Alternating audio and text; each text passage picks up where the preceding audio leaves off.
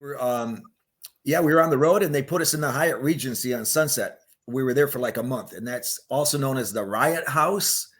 I think that's where Rod Stewart threw a TV through one of the windows, crashing down in the parking lot, and the history in that hotel is pretty outstanding. But yeah, we would wake up in the morning. We went from eating like soda crackers, as I remember. That was like, truck stop dinner for me is whatever was on the table, because we salaried ourselves like really like meagerly, like $100 a week per band member or something. And everything else went into lights and sound and guitar strings and Marshall heads and cymbals and fuel for the semi to go from point A to point B, and permits to use the road. You have to go through. It was like jumping through hoops of fire every minute. Yeah. And so we went from like starving, as I remember, the meal of the day was whatever they provided us on our rider, for the dressing room food. And that was it. And then we went, Jet Records picked us up. We put us in the Hyatt Regency. We went, we wake up in the morning and like, dude, it was bacon and eggs and hand squeezed orange juice, from the waiter, from the waiter on the terrace, at 7 a.m. to be in the studio by 9 to start recording. Mm-hmm. And meals that we had our cards, and we had to eat X amount of dollars, as our per diem, X amount per day to fulfill, so I had like filet mignon every night, that champagne with raspberries in it. And we were living large, and whatever Jet Records and Don said to do, we did it. Cause we were finally being paid, and we were finally eating properly, and sleeping in a proper hotel. And the crew was still on the road. We left them. I think they made it to Houston, and they were camping there for like, not camping, but they were on standby for a month, waiting for us to do what we were doing. Yeah. Oh, dude, it was the life, I bet. I'm sure. So, I mean, when We Reserve the Right actually, gets released and comes out, you guys had to be ecstatic that, your first record was out and you got Jet Records behind you pushing it. Do you remember how you felt when that actually happened? Well, I didn't, there's a thing where, you may have experienced this yourself, that if something good is going to happen, mm-hmm. and you start telling people about it, it's like jinx, and then it doesn't materialize for some reason. It's just the way it goes in this universe that we live in. And so I kept it a secret. I didn't tell my family. None of us did, that we had a deal pending and that this was going to happen. It wasn't until we signed the contracts and received checks for hundreds and hundreds and hundreds and hundreds of thousands of dollars, like one after the other. This is for publishing. This is for merch advance. This is for, your record budget. This is for your for your tour support. This, was like bam, bam, bam, bam, bam, bam, bam. That I told my family, like, it was like all my Christmases in my entire life got delivered in one day. I felt that feeling of elation. And then, yeah, we were like, well, the songs that were written before we got our deal were High School. Mm-hmm. Jesus, Cat's Got Your Tongue. Oh my God. There was quite a few that got us that were like written, and we were playing in, along the road. Metal in My Veins, Dirty Girls, songs like that. And then we had 30 days to write the rest of the record. And we wrote a lot of songs, and Don would pick the songs, say in this direction, do this. I want it cute, cute, cute, cute, cute. He wanted it. We were a little more edgy and metally, Judas Priest-y, that kind of, style of writing before Jet Records. Mm-hmm. And a little edgy, you know. Don wanted it cute, and so we gave him what he wanted. In a perfect world, you know, I don't know, you know, like you can't change the past. It is what it is, and I'm happy, even if it wasn't my dream. And I hated the album cover. We hated that album cover. That photo session was taken in Houston, Texas. I don't remember the photographer's name, but we hated it. Yeah, we just didn't like the way we looked. It wasn't our idea of what we want, how we wanted to be presented. Mm-hmm. However, the photographer got wind that we got a deal, and sent the proofs to Jet Records, and they loved it. Oh, this wow. Is it. Kids, you look so young, and it's so edgy, and it's so this, that, and the other thing. We love it. And I remember the girls, Maxine and Roxy, like in the halls of Jet Records, sitting on the floor, pounding their fist on the floor, screaming, "No, this can't be!" You know, it was something else. But it is what it is. If you look at the album cover closely, they CBS airbrushed my arm off, one of my arms. They took all my pubic hair away. They made me look more lurchish than I actually looked. Oh man, shock value, I guess. I'm not even sure. But it is what it is, and you can't change the past. Well, I'll tell you what, just from from my standpoint, the songs on that record are fun. They're good songs, and they still hold up. They're part of my gym playlist regularly, and it is a very, very good album. And thank you. Now, the fans of my podcast are going to be mad at me if I don't ask this next question, so I have to. So I hope you understand that I have to. For a brief period, you had Sebastian Bach in the band. We did. How did you feel about that at the time? And looking back on it now, in hindsight, how do you feel about that? Well, there's many versions of the story, but I will tell you the truth. Mm-hmm. Because a lot of people spin, and a lot of people, I read Wikipedia on the band, and that's not even correct. Just like, I don't know where these people come up with stuff, but there's some inaccuracies. But so what happened was, we were with Jet Records, and we were slated to do our second record. Okay. And we were having consistent meetings with Don. There's a lot of, in music business, there's a lot of hurry up and wait. Any musician will tell you, if you ask them, the hurry up and wait period. It's like, the public, they see you when they see you, and they think that, everything is like, it's pretty tight timeline. Well, there's a lot of waiting around for the next thing to happen.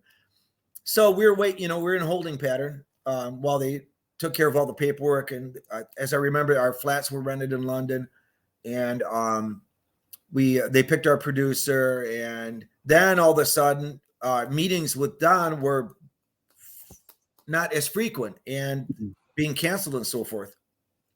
So we had we got a phone call from Pat Siciliano, who was the vice president of Jet Records at the time, and said, so your meeting's canceled.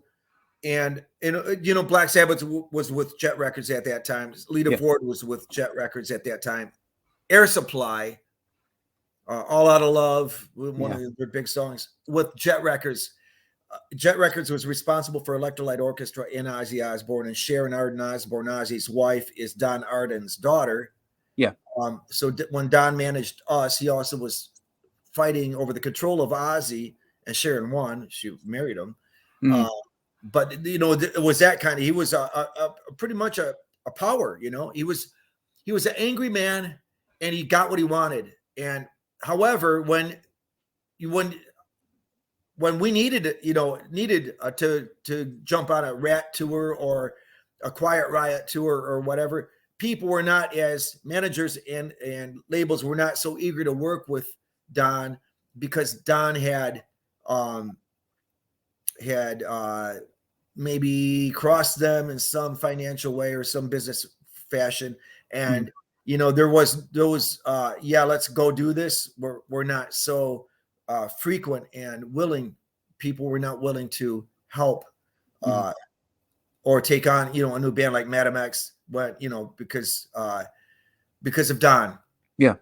So all of a sudden, then we get a call that from Pat. It's like, the DA is in with Don. You can't meet with him today. As like, well, I didn't even know what the DA was, but turned out it was a district attorney. So what happened was Don had legal woes. He was extradited to England for attempted murder charges. Oh my God.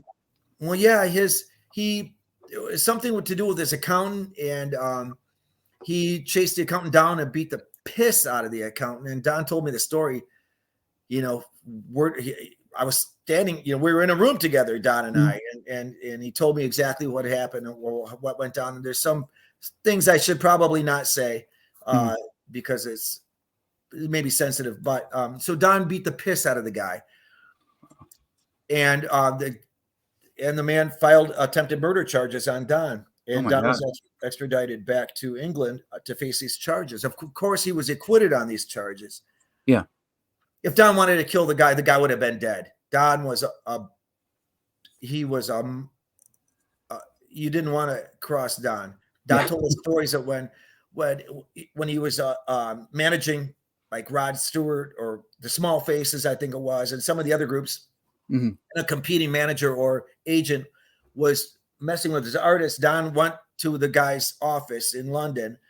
His henchmen were outside the office door. He went in with two other henchmen and started pounding on the man's desk, and they grabbed the guy and held him by his ankles from like the 5th story window outside the streets of London. And Don's like, if you ever mess with my artist again, blah, blah, blah. And like threatening to drop the guy to the pavement below.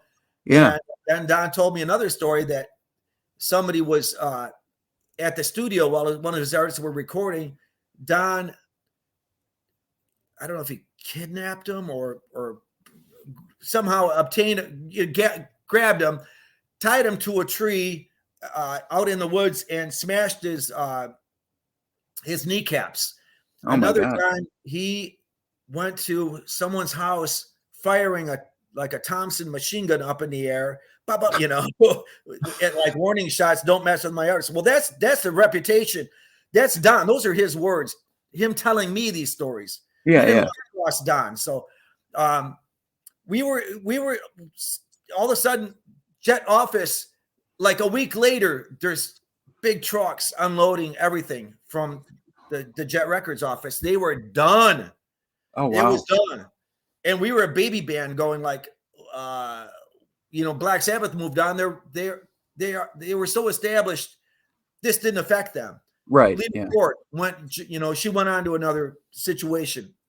Air Supply went on to another situation. Yeah. We, as a new band, at that time, Roxy was being pursued by Vixen. Yeah. We knew that. Mm-hmm. And Brett is like, I'm going to go back to New York and play with my brother. To answer your story, I'm sorry to make this so long. No, I this had is a great. lot to say, and nobody to tell the story. No, this is great. This is what I wanted. So Maxine and I are going like, we need a drummer and we need a singer, right? Yeah. And even if it was only to just go play, and continue what we do, because that was it's how we fed ourselves, Yeah. And we had dates lined up, and Roxy said, I'm going to go do the Vixen thing, and Brett's like, I'm going to go play, in New York. Brett was from New York, and his family was on Long Island, and we could understand that. So Maxine and I went to Phoenix, Arizona, and there was a man there at Rick Center at a place called Rockers, a big rock club that Madam X was very popular at. And Rick was kind enough to say, open his house up to us, live with me, put your band together. You can rehearse here at the club. I'll feed you. I'll and he did. Yeah. He was like, so he was like, he opened up his world to us. And I was at Rockers one day, and there was a group came in. It was a Black Sabbath tribute band, and there was this incredible drummer, doing a sound check, and I was like, oh my God, I can't believe what I'm hearing, and super showman, his name is Mark McConnell. And so I approached him and I told him who I am and what I'm doing. And he left his band that minute and joined Madam X. He finished his show and they had to go back to Florida and find another drummer. Wow. And then so we had a guitarist, myself, and a drummer. And we got Madam X did it just before the Jet Records meltdown. Yeah. We did a tour of Canada, and there was a young lad in the front row, and at multiple shows in Toronto. And I got a phone call from the promoter who did about a half a dozen shows with us in Canada, Sean Pilot. And he said, I understand you guys are looking for a singer. And I have a kid, his name is Sebastian. And I said, well, send us stuff, and it came to us in a manila envelope with a 8x10 and a bio and a cassette, old school shit, right? No EPK. And I go, okay, here, I open it up. I look at the photo. I go, holy shit. My initial thought was, guys like this can't sing, I kind of just brushed it off because it was a pretty amazing 8x10. Yeah. And I popped in the cassette, read the bio, popped in the cassette, and was like, oh my God, I can't believe my ears, right? I did it in Rick Senner's Lincoln because the stereo in his Lincoln was better than the stereo in my Camaro. And I was like, oh shit. So Rick flew him out, or we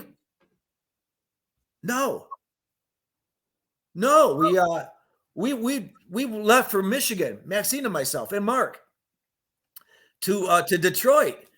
And Sebastian came on a train from Toronto to Detroit. Oh, okay.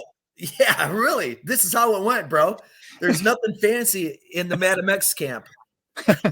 So Maxine and I come across the border to Windsor to meet Sebastian at the train station. And I'm like low key, my hair is down, probably in a ponytail, I'm dressed like a normal dude. Yeah. Maxine, looking normal. And we're going to pick this 17-year-old kid up at the train station and bring him across the border to Michigan. And we're waiting there at the train. The train pulls up. People are filing off. And out comes Sebastian looking like he's on a runway in Paris with his hair out to here and makeup on and looking like he's ready for the stages. And I'm like, oh my God, this isn't going to work. So he's got his suitcase and he's loud as fuck. And dude, this is going to be amazing, And he's all lit. We get him in the car and we get to the customs, and customs is never friendly. Even if you're a U.S. citizen, yeah. Look at your ass behind your ears, Yeah. It's all about, how they can pressure you into buckling. So yeah. It's Maxine and myself. We got our passports and we're trying to be, real low key. And Sebastian in the back seat, and the guy says, and so I'm Sebastian Bach and I'm going to be a rock star. I was like, do you have a passport? No. Do you have any money? No. Where are you staying? I don't know. It's like, no. Go back to Toronto. Oh my God. So we drive him back to Toronto to find his birth certificate. Because he didn't have a driver's license. He had nothing. He had his health card, as I remember, from the Ontario Ministry. That was his ID. Yeah. And, so we meet with his mother. She gets his birth certificate together and all this stuff. And we did a different crossing. We didn't use the Windsor crossing. We went up to Sarnia, which is about 100 miles north. Because there's no computers, Yeah. We didn't want to run into that dude again. I told you guys to get the F out of here a day ago. What are you doing, Matt? Oh my God. So we came up with a new thing that he's my cousin, and we're bringing him on vacation. We're going to go to some amusement parks, and that worked. Oh wow. It was low key. So he came to America, and that was a really good Sebastian Bach impression, by the way. That was like really good. He's my bro. I love that kid. I taught him how to drive, got a driver's license with his driver's license and his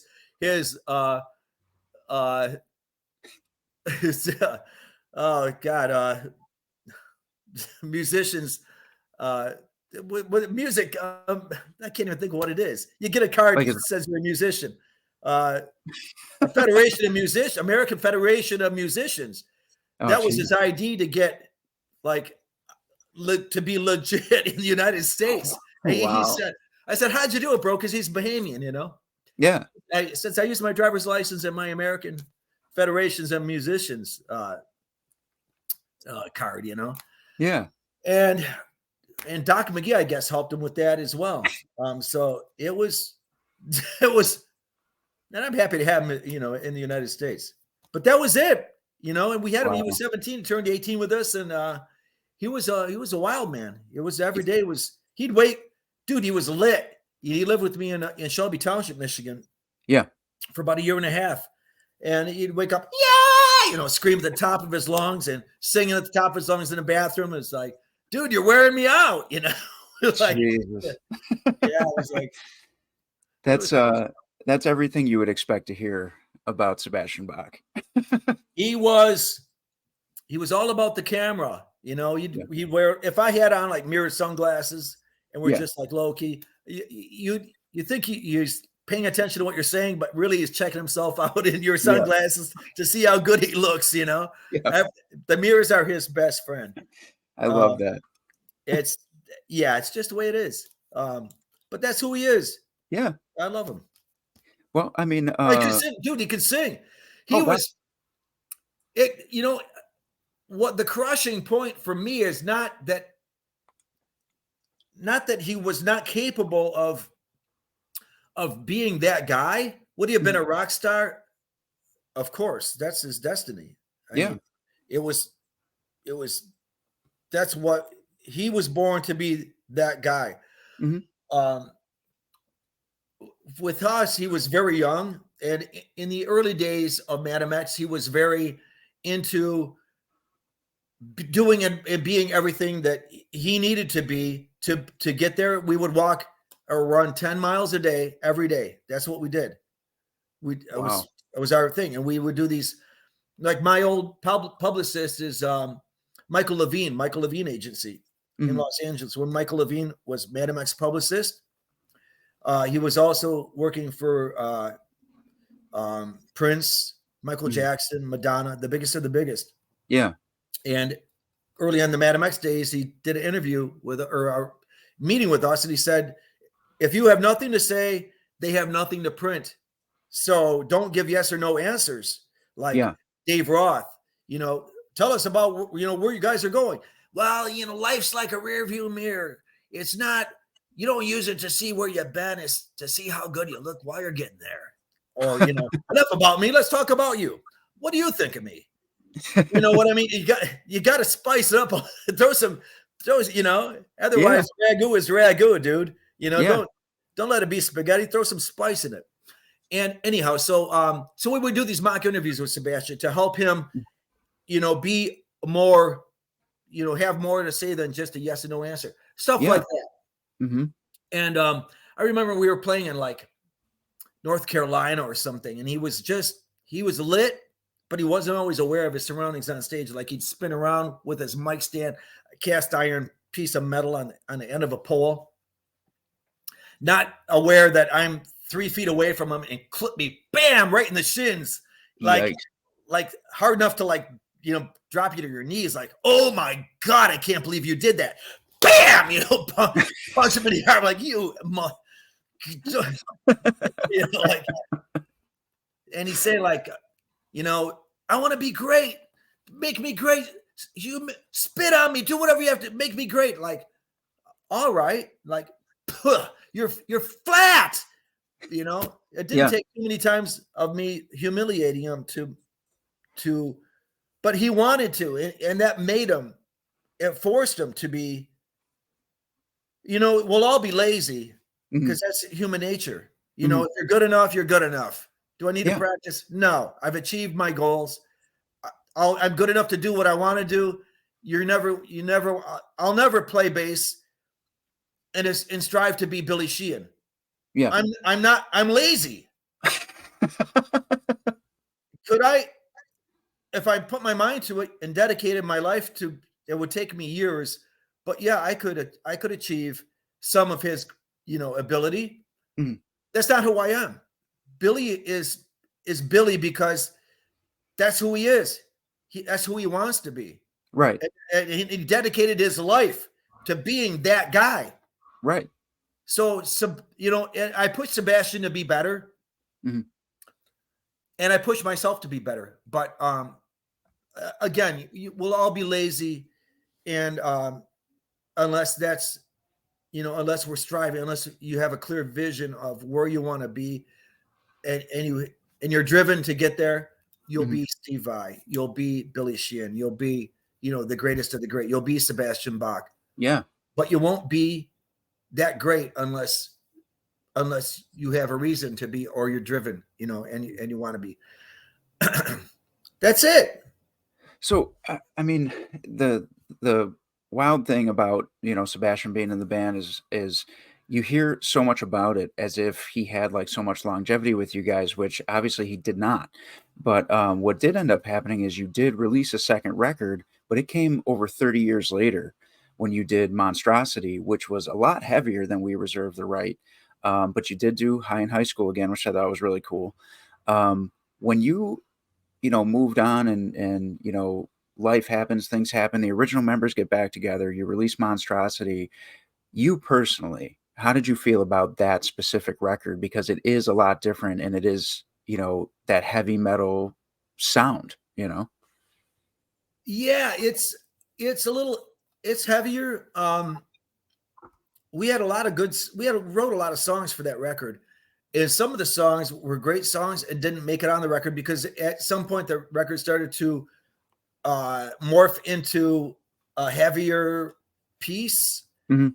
And the band was a little bit heavier, as I mentioned earlier, that we were a little Judas Priesty in the Mhm. early Madam X days, a little, we were a little Motley Crue-ish before, I mean, that's just who we were, Yeah. I guess a little Accept-ish, the group Accept with Udo Dirksnyder.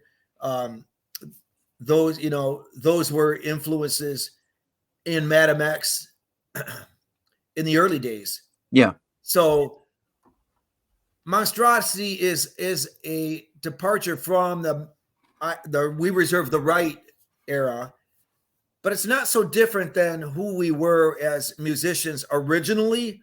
Mhm. I wrote some songs that were a little lighter and a little fluffier, a little more fun, Mhm. anthemy than the Monstrosity record, but didn't make it on because of their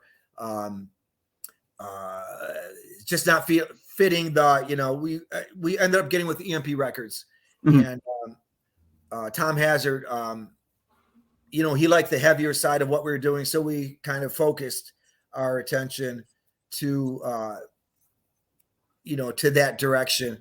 And we were self-produced. I Yeah. was happy to be self-produced in the early days, but hindsight 2020, we wasted a lot of money, a lot of energy, and a lot of time wrecking songs. Mhm.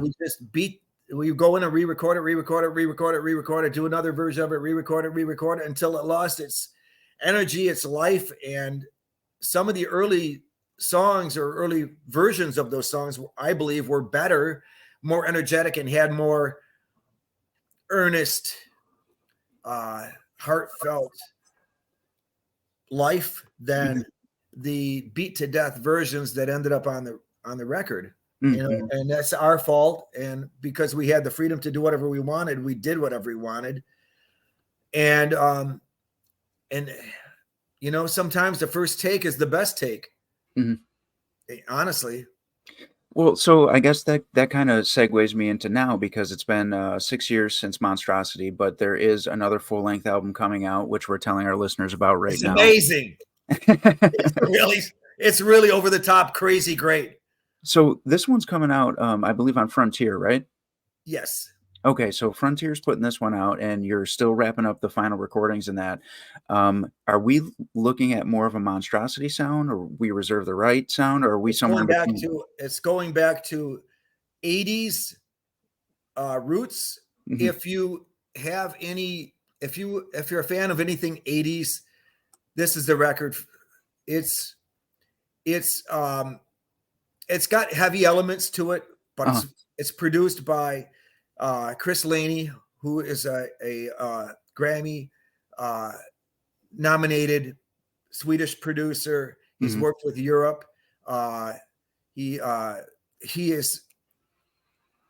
He's done so many great projects, and he's part of the Pretty Maids camp. He understands the 80s sound. When we record a song and send the demos to him, and then he'll like put his spin on the demos, or we'll track, and he'll give us a rough mix of the tracks. It's like, oh, I get the same feeling when I hear his magic to our songs. And he's instrumental in picking, like, this is a great direction. And Henrik Halverson as well, another Swedish lad who's part of the Madam X camp. They're like the overseers of keeping us in check, of what's a great direction for this record. And I hear this stuff back, and I'm like, I get the same feeling when I hear these songs back as I first got when I first heard Historia, Pyromania, Mutt Lange's Back in Black. Is like, oh my God, I can't believe I'm hearing this. I'm getting that, like, Jesus Christ. Wow. It's like simply amazing. We'll send a demo, and he'll slice it up and do an arrangement on it and extend the chorus. And then it's like, dude, that's exactly what it's like. Wow. Unbelievable. Like, I'm so proud and so happy to have this record coming out, and it's worth the wait. I know we've been talking about it. We don't rush into anything.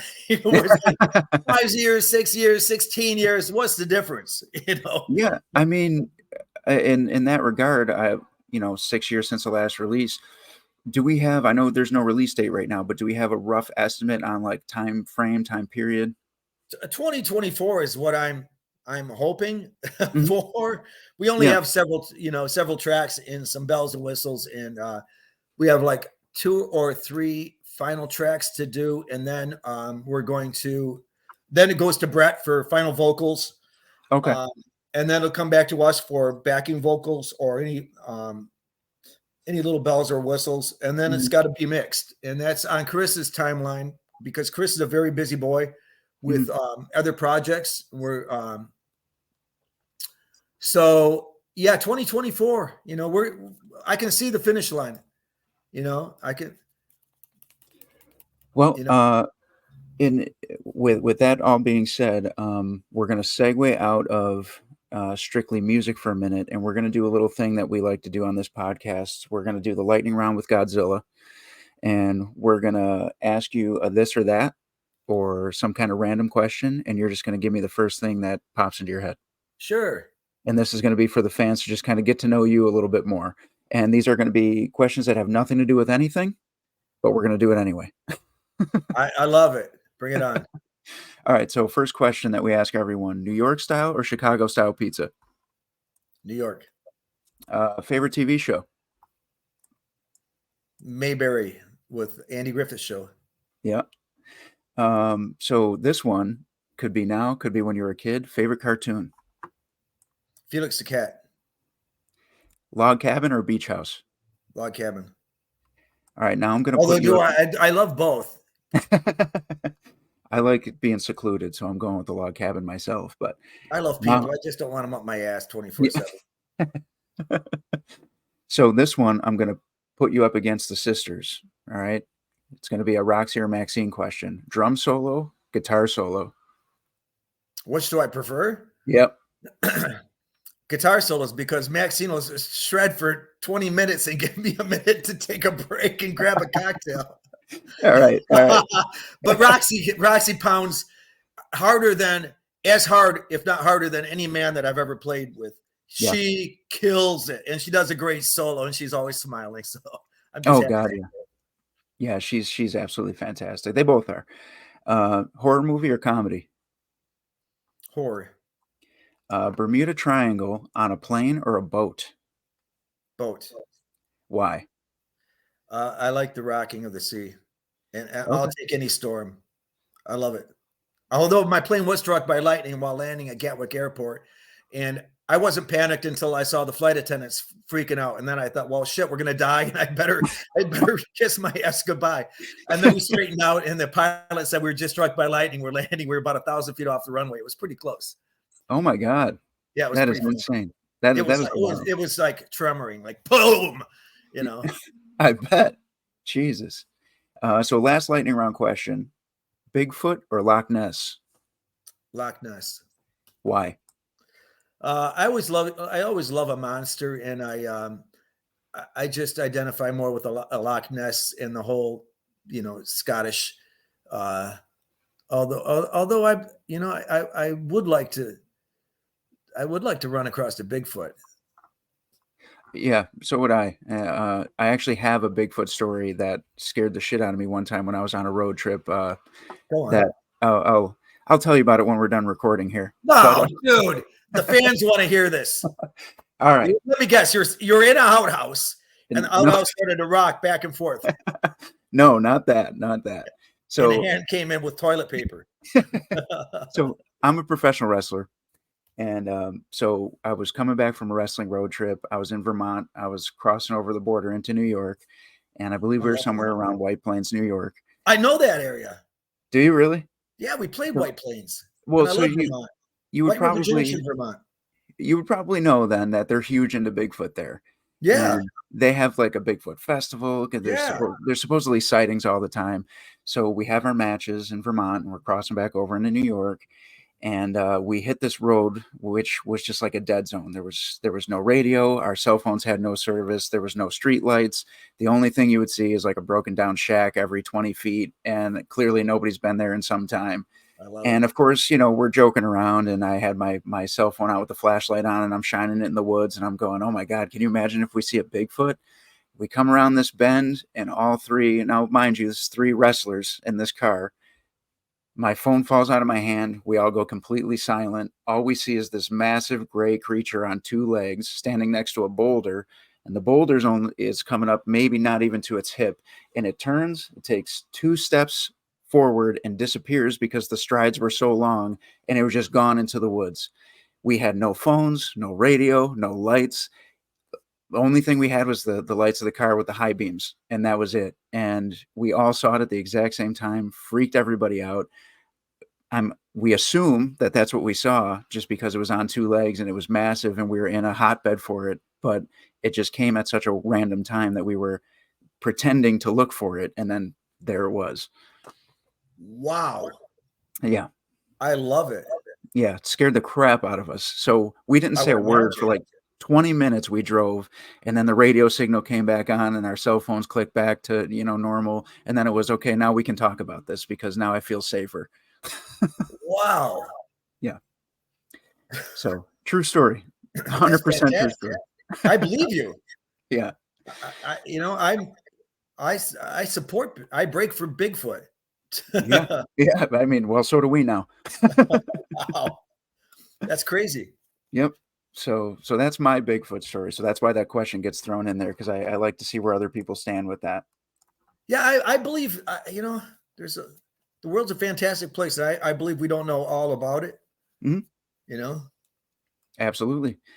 Well, I think on that Bigfoot story, the last thing I want to do with you is have you plug your social media, whatever, you know, you're on, because I want people to know when the album's going to drop as soon as you get, you know, any kind of release date. And of course, if any gigs happen to pop up or anything that you want to promote, or I mean, just when you have the album art, name of the album, whatever, I want them to be able to find you so that they can find all that information. Fantastic. Well, you can find us on, look on madamx.org, madamx.org. Thank you very much, Robby, for the podcast. On a side note, I'm doing a side project called Hair Nation, and I'm playing everyone else's music, and it's just it's an 80s tribute band, but I'm playing with some really talented, ultra talented people, and we deliver it like you're watching an 80s concert with that kind of earnest energy. The big stage show, it's fun. It's every rock's, and you know what the best part about it? I'm learning everyone else's bass parts and it's actually making me a better player. We know it's Bon Jovi, it's The Crew, it's Lynch Mob, Wicked Sensation, and it's just Cinderella. It's Poison. It's everybody, but it's a lot of fun. It gives me opportunity to go out and play consistently. Between Madam X dates. So I'm really happy to do that. Excellent. And just one last thing. Would you be willing to maybe come back on the podcast sometime in the future? Not only, absolutely. I just want to hear more stories. I've been told that you have all the stories because you have a great memory by Roxy. So I'll tell you a quick one. We're playing in Phoenix, Arizona, and it was Phoenix, Arizona, and we knew how well. This is before we were signed. We knew how well we were doing because of the cars or overflowing from the venue's parking lot, and we'd be parked on every street, like in New York. We're playing at Lemore's and Brooklyn's, and there's 1,000-seat clubs got 2,000 people in it, and you can't find a place to right. So we're pulling up, and we see the blue lights, woo, outside the club, and we see people lined up against the wall. And we're going, oh, somebody got busted as we're pulling in. It's just about showtime. We get real close and we look as our road crews lined up off the jail for smoking a joint before we went on stage. It's like we had to use house engineers and no bass tech. Oh my God. Oh, that's funny. It's the trials and tribute of being on the road.